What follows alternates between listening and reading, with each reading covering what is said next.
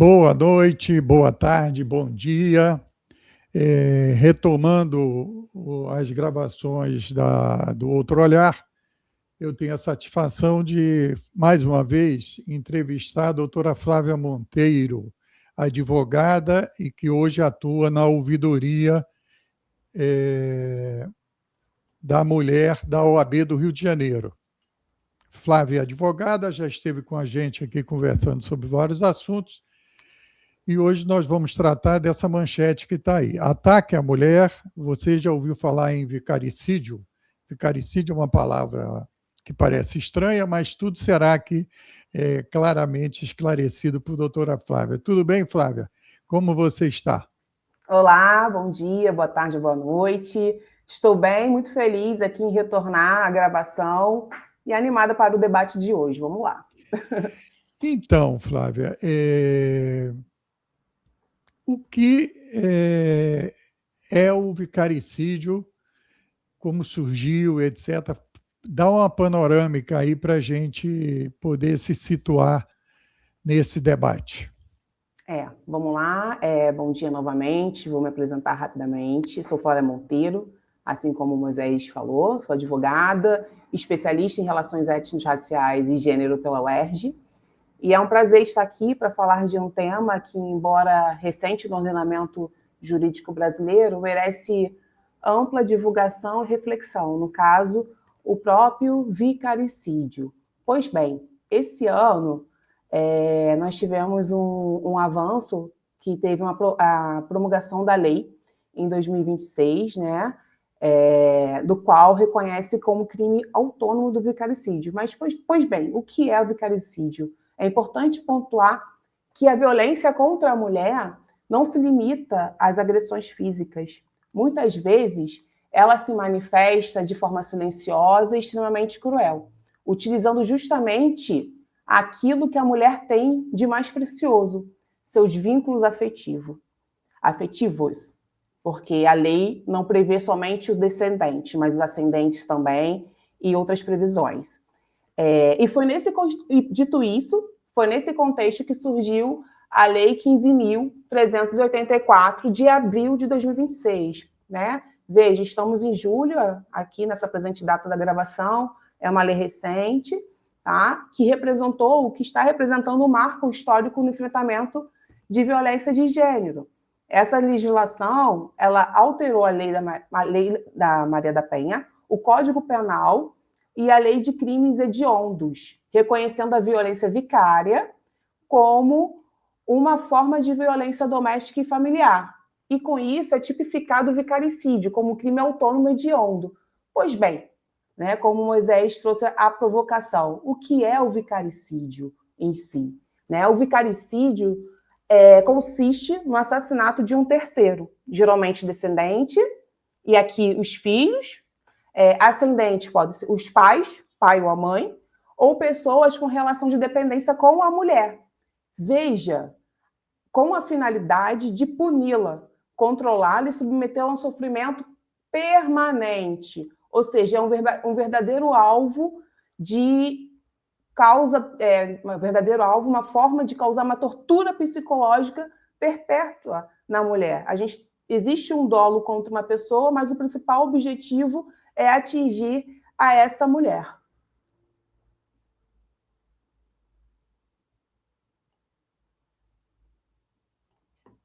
E você tem exemplos, você falou que a aplicação, essa caracterização é recente na legislação.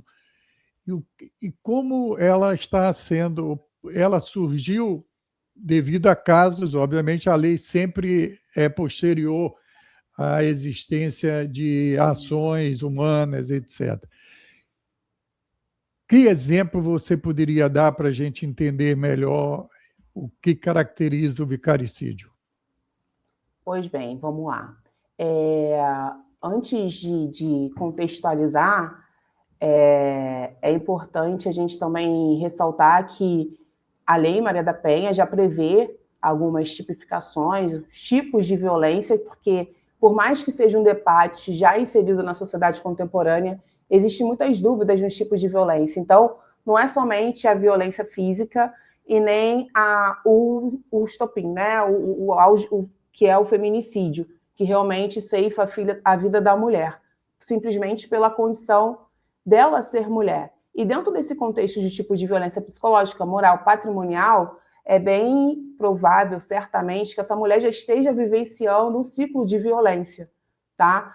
Seja por controle, seja por controle do salário,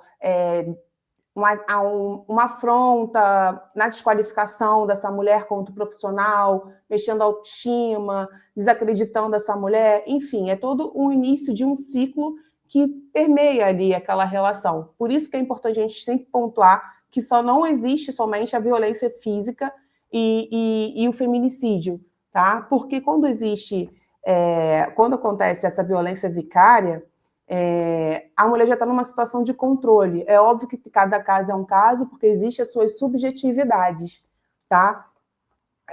A nova legislação, ela promoveu importantes alterações no ordenamento jurídicos para incluir, porque a lei, além da promulgação da legislação, ela reconhece expressamente a prática, no qual configura a modalidade extrema de violência vicária, no qual o agressor utiliza a vida de pessoas queridas como um mecanismo de tortura psicológica. Né? Vicaricídio, no que tange à nomenclatura, é uma substituição. Ou seja, esse agressor, esse predador, ele sabe qual é o bem maior, o vínculo afetivo daquela mulher, e para punir essa mulher, ele mata, ceifa a vida de terceiros. Né? Mas o objetivo, o dolo dele não é exatamente essa terceira pessoa. É causar essa dor extrema a essa mulher que vai continuar viva, enfim, a depender do caso. Então, para contextualizar, infelizmente, esse ano aconteceu também em 2023 um caso com uma delegada, mas o caso mais recente, de 2026, foi em fevereiro, tá? No qual um secretário do governo, isso é importante a gente especificar aqui, porque quando se fala de violência doméstica, ainda tem muita ilusão, dizendo que, ou um certo preconceito, entendendo que só acontece em determinadas camadas da nossa sociedade. Como eu sempre falo, e como as doutrinadoras intelectuais sempre mencionam de forma muito específica e necessária, a violência doméstica ela é democrática, né? Ela atinge todas as classes sociais, níveis sociais, enfim, é importante deixar isso bem claro. Entanto, pode falar. Isso que você falou é importante, porque essa ideia de que quem não tem muita educação, quem não teve educação formal, os mais ignorantes, que são preconceituosamente citados, como se a violência estivesse aí, né? E você vai trazer um caso que exatamente nega e caracteriza que isso é uma coisa que atinge todas as camadas sociais. Exatamente, Moisés. E gera um certo espanto ainda, né? Porque realmente no inconsciente das pessoas as coisas ruins estão direcionadas a uma parcela da sociedade, né? Pois bem, dito isso, esse caso, como eu falei anteriormente, aconteceu em fevereiro de 2026, né? O país ficou profundamente impactado, né, com o ocorrido em Tubira, eu acho que foi esse, em Goiás, no qual o secretário de governo, inconformado com o término de um relacionamento, efetuou disparos contra seus dois filhos, um de 8 anos e 12 anos. Em seguida, ele tirou a própria vida. As crianças, infelizmente, não resistiram aos ferimentos e faleceram dias depois.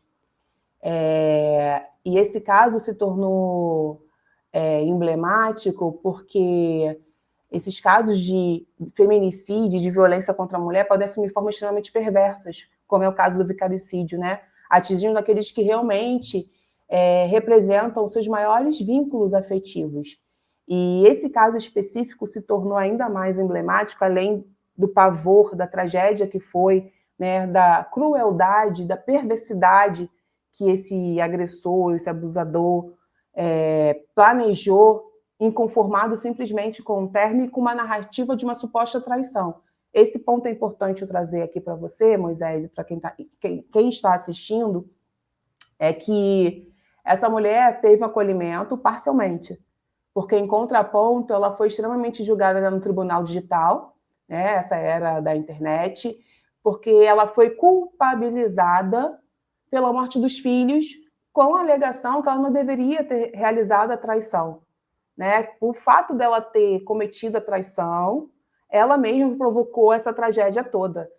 De fato, aqui eu não sei se ocorreu a traição ou não, porque eu não estou nos autos do processo, mas essa matéria repercutiu e, infelizmente, ela ainda sofreu os ataques pelo tribunal da internet. E eu vejo que, recentemente, a gente também se deparou com casos, a gente sempre se depara com casos de traição, não estou aqui justificando e longe de fazer discurso de moralista aqui, tá bom, Moisés? Mas é só para contextualizar que é diferente a cobrança em relação à mulher. Pode falar, pode fazer essa contribuição. Não, e também é o seguinte, mesmo que houvesse que fosse rompida a monogamia ali no relacionamento, isso não implica em atitudes, porque no Código Penal, né, como você conhece mais do que eu,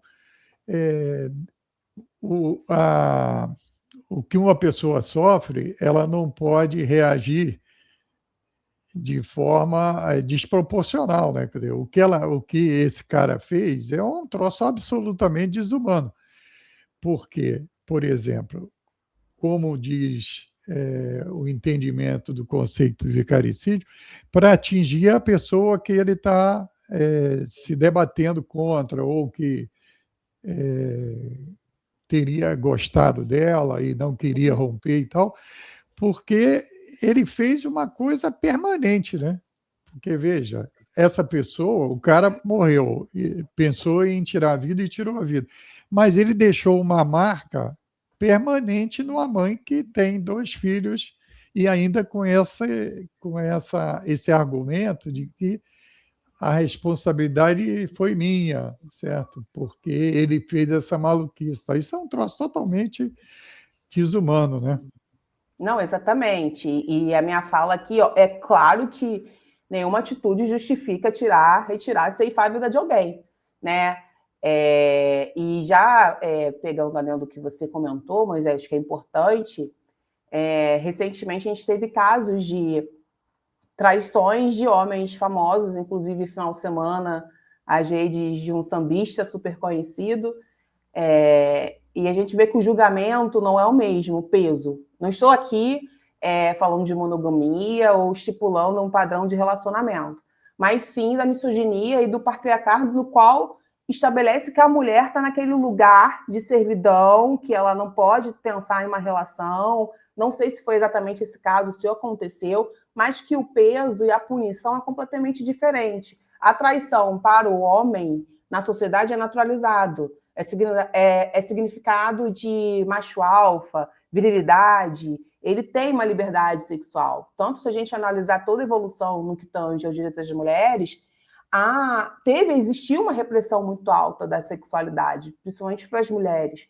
né? Quando a gente pensa na revolução da pílula, Revolução 60, da pílula anticoncepcional, no qual, na década de 60, se eu não me engano, no qual as mulheres começam a pensar no seu próprio corpo, a pensar no planejamento familiar, a decidir se vão ter filhos ou não, né? Aí vem a questão da própria sexualidade, de entender o seu corpo. Então, essa minha fala não é de um achismo, de uma opinião vaga, né? Tem todo um contexto, um arcabouço histórico e legislativo que coloca a mulher nesse lugar. E com esse caso recente de 2026 de vicaricídio, esse veio à tona fomentado pela internet, que é um instrumento que funciona para o bem e para o mal, e, em particular, fazendo o conceito, anda funcionando muito para o mal, né? A gente vê aí a vulnerabilidade da mulher no que tange o mundo digital, só aumenta, e isso também é um desafio para o direito acompanhar essas transformações, e isso também justifica também a promulgação dessa lei. Né? Então, esses casos recentes, como você mencionou, Moisés, não é assim, vou criar uma lei, por quê? Porque já existem casos. Tanto que, antes da promulgação dessa legislação, esses casos eram tipificados em homicídio qualificado. Né? Então, o ordenamento jurídico entendeu que teria que especificar, sim, e trazer a questão de gênero, que foi importantíssimo. Apesar de ser uma legislação recente, ele retira a tipificação de um homicídio qualificado, não que seja também importante, né, mas tem uma diferença na pena base, que é de 20 a 30, e o vicaricídio é considerado como crime hediondo, e vai para 20 a 40 anos, é crime hediondo. Então, teve alteração na legislação de crimes hediondos com a inclusão do vicaricídio. E aqui eu falo também que a legislação é importante, como a gente sempre fala aqui, que sempre tem uma novidade, sempre tem uma inovação legislativa, mas que ainda o trabalho preventivo com educação, né? Eu sei que o momento é difícil, porque a gente está vivendo momentos de retrocesso já tem um tempo, né? Mas ainda a educação de base, falar de gênero, ter um olhar diferenciado para a educação, para as crianças e adolescentes que estão consumindo cada vez mais, de forma precoce, conteúdos de red pills e reproduzindo isso no seu meio escolar, meio social.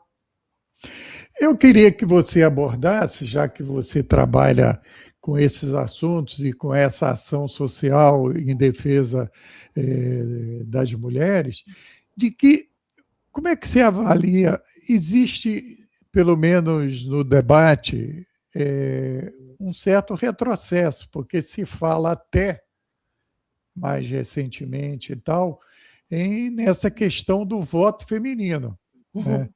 Teve um sujeito aí, filho do ditador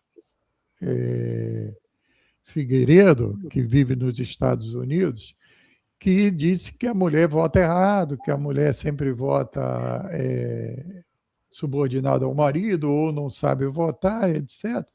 E surgiu esse debate, até que é um debate do início do século, né? Alguns países foi mais tarde e tal, mas de questionar o direito da mulher ao voto. Como é que você analisa, para a gente pegar um pouco o aspecto geral, do combate à participação feminina, do questionamento à participação feminina, que, no fundo, como você disse, não reconhecer o papel da mulher na sociedade? Olha, Moisés, eu não sei se é coincidência, mas dessa noite, essa madrugada, eu tive um sonho horroroso com esse personagem que você citou. Acho que não foi sonho, foi um pesadelo. E era exatamente num contexto de perseguição às mulheres.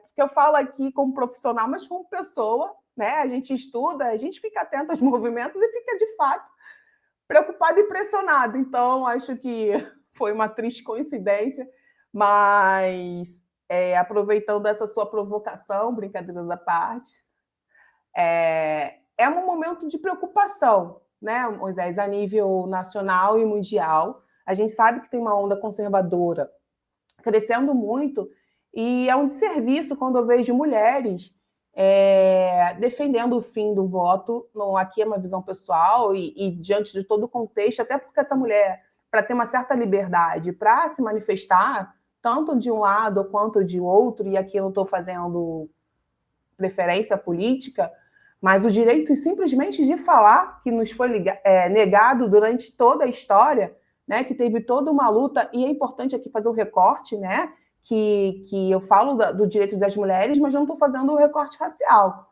tá? As brancas chegaram primeiro, é importante racializar esse debate, ter um olhar interseccional, tá? Que se faz necessário, porque se pensarmos nas mulheres negras, elas demoraram muito, ficaram muito aquém ainda estamos, inclusive esse final de semana, foi dia 25 de julho, no qual comemora-se o Dia da Mulher Negra Carimbenha, latino-carimbenha, né, que também é um dia importante ressaltar aqui, que é um ato político de reflexão e de luta das mulheres negras.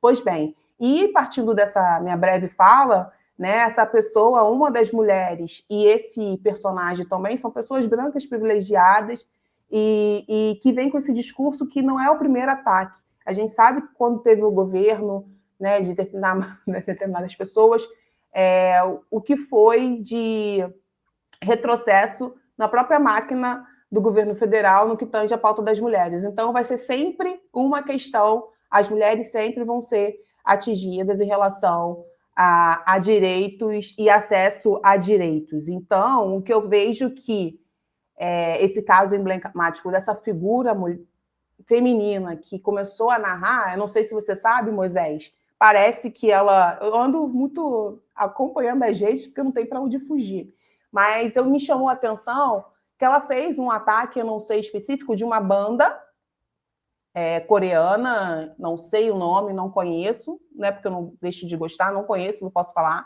mas que a partir desse comentário, os fãs se organizaram e fizeram um ataque, eu não estou aqui estimulando o ataque, eu não sei, de repente esteja me expressando de forma errada, começaram a defender a banda, com os mecanismos que eles entenderam ali possíveis e lícitos, não sei qual for. E o que eu fiquei pensando nesse final de semana, porque nós, mulheres, não conseguimos nos organizar para também criar mecanismos para nos defender. Então, você vê, aqui eu falo de avanços legislativos, mas aqui ainda falta uma organização política das mulheres. E quando falo de organização política, a Lélia Gonzalez, no seu livro, ela fala muito em relação a isso no que tange a mulher preta, né, que sempre teve a necessidade de se organizar politicamente. Então, existe uma divisão, né, porque, infelizmente, foi naturalizado todo o machismo, né, esse discurso de Red Pill vem aumentando. Tem coaches, mentores, não sei exatamente qual nomenclatura utilizar, que ensinam mulheres a serem submissas, inclusive mulheres com não sei quantos seguidores, né, ensinando a ser submissa, a aceitar, a ter relação mesmo sem vontade com o seu marido, ou seja, estupro marital nós estamos falando aqui, né? Porque quando a gente levanta o assunto do estupro, tem que ter o consentimento, e não é não, né? Independentemente se você está ali numa relação matrimonial, você não tem a obrigação de ter relações sexuais, você não pode ser obrigada a ter relações sexuais. Então, Moisés, a minha preocupação é que a gente está se deparando com uma geração muito nova, que já está consumindo, porque, assim, eu nasci sem a internet, né? A gente tem que ver que essa geração já está inserida no contexto. Eu também, né? Então, somos analógicos, né? Vamos falar assim. Eu queria que você aproveitasse, nós já estamos caminhando para o final, quando você falou um termo que é o destaque da masculinidade, seria isso? Sim, que sim. O pessoal está vivendo... A representatividade masculina, né? Como é que é? A representatividade masculina que é majoritariamente ocupada em todos os espaços de poder. Isso é uma questão. Eu sei, mas você falou que esse movimento que acontece na internet e tal seria para dizer que a defesa do direito das mulheres estão, entre aspas, massacrando a masculinidade. Seria isso? O movimento Red Pill, isso. Esse movimento é Red Pill, para o pessoal que está nos assistindo entender, nem todos estão familiarizados com esses termos. Então, isso tem a ver com aquele movimento feito por um cara aí que trabalha na Rede Globo, de novela, que estava dando cursos e tal, e que ia fazer... Pode estar incluído também. É isso, né? Que, isso. Inclusive, teve o apoio, foi entrevistado e tal, um troço totalmente... Isso, é um discurso de aversão às mulheres, enfim, diminuição contra outro entendimento do que seja o feminicídio, reforçando a importância da masculinidade. E aqui, Moisés, é importante dizer que é importante estudar a masculinidade tóxica, mas não nesse contexto, não dessa percepção. Porque, assim, eu participei pouco de rodas que tinham uma abordagem séria sobre masculinidade. No que tange do homem, também sofreu uma pressão desde criança, desde a sua gênese, de reforçar esse papel de forte, de alfa, que não chora, e sim trazer que ele é um ser humano que ele pode ter uma certa sensibilidade, demonstrar suas emoções. Nessa aqui a gente está reforçando os papéis de gênero. Não que tenha que ter o papel de gênero, mas por que também não desconstruir isso de um homem, de um menino? Né? Então, mas esse discurso é contraponto total do que seria realmente um debate saudável em relação a masculinidade.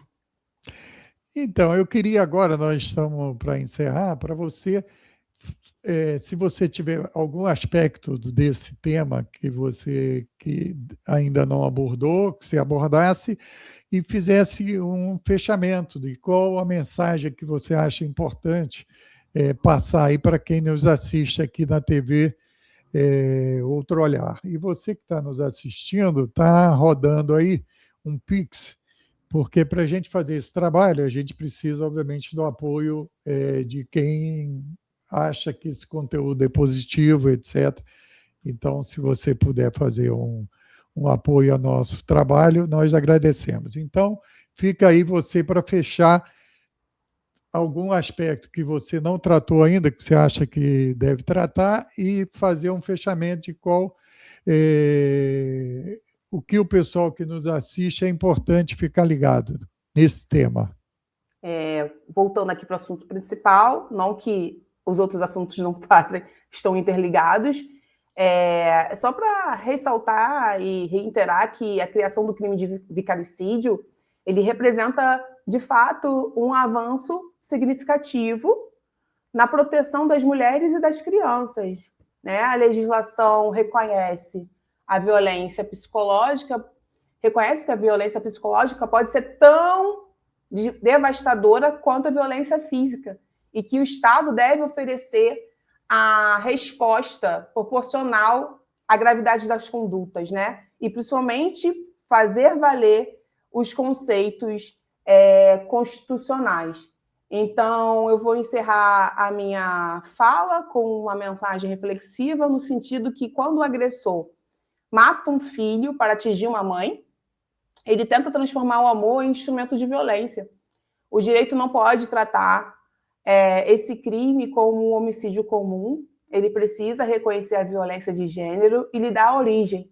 É exatamente essa a importância da lei 15.384/2026. Dar nomes, né, resposta jurídica e proteção à vítima de violência vicária, né, as vítimas da violência vicária. Então, nomear é importante, mas eu fecho aqui que a educação, né, esse trabalho preventivo, se torna mais desafiador devido à era digital, mas que é ainda a base e é o que, de fato, vai transformar essa sociedade. No mais, eu queria agradecer a oportunidade de retornar aqui à casa, né, contribuindo aqui com o meu conhecimento. O conhecimento tem que ser partilhado, que a gente possa ainda ter animação, né? A esperança é a última que morre. É um ano importante para todos nós, então cabe cada um a estudar um pouquinho, a pesquisar, entender de onde é essa origem, entender o que é um Estado democrático de direito, para a gente continuar aí